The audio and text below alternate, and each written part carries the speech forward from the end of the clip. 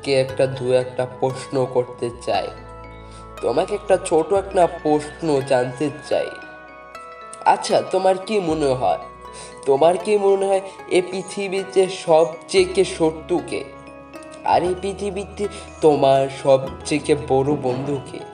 তোমার কি ধারণা? তুমি কি এমনটা ভাবো? তুমি কি ভাবো এই পৃথিবীর কোন মানুষটা তোমাকে ধোঁকা দিলে তুমি জীবনে বলতেই পারবে না, আর কোন মানুষটাই তোমার বন্ধু হলে তুমি কেউ তোমাকে হারাতে পারবে না? তোমার কি মনে হয়? না, কখনো কি মনে এরকম প্রশ্নকে নিজে করেছো? কখনো কি নিজের প্রশ্ন করার চেষ্টা করেছো? না, প্রশ্নটা তুমি ঘুরিয়ে আমাকেও রাখতে পারো। প্রশ্নটা ঘুরিয়ে আমাকেও করতে পারো।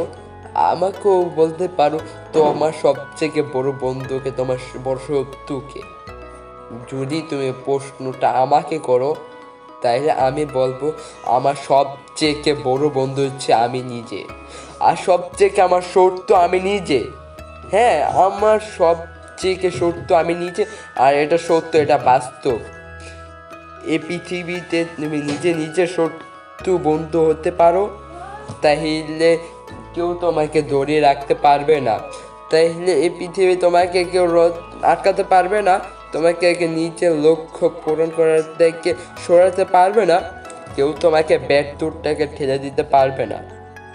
ঠিক একইভাবে তুমি পৃথিবীতে সবচেয়ে শত্রু তুমি নিজেই যদি নিজেকে ধোঁকা দিয়ে থাকো, যদি তুমি নিজেকে বেমানি করে আর নিজে সবচেয়ে শত্রু ওঠো, তাইলে এই পৃথিবী কারোই প্রয়োজন পড়বে না তোমাকে খারাপ রাস্তায় এগিয়ে যাওয়ার জন্য, তোমার জীবন ধ্বংস করার জন্য।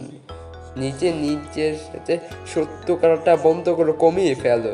জানো, এই পৃথিবীতে মানুষ যখন নিজেকে ধোঁকা দেয়, তো অন্য কোনো প্রয়োজন পড়ে না।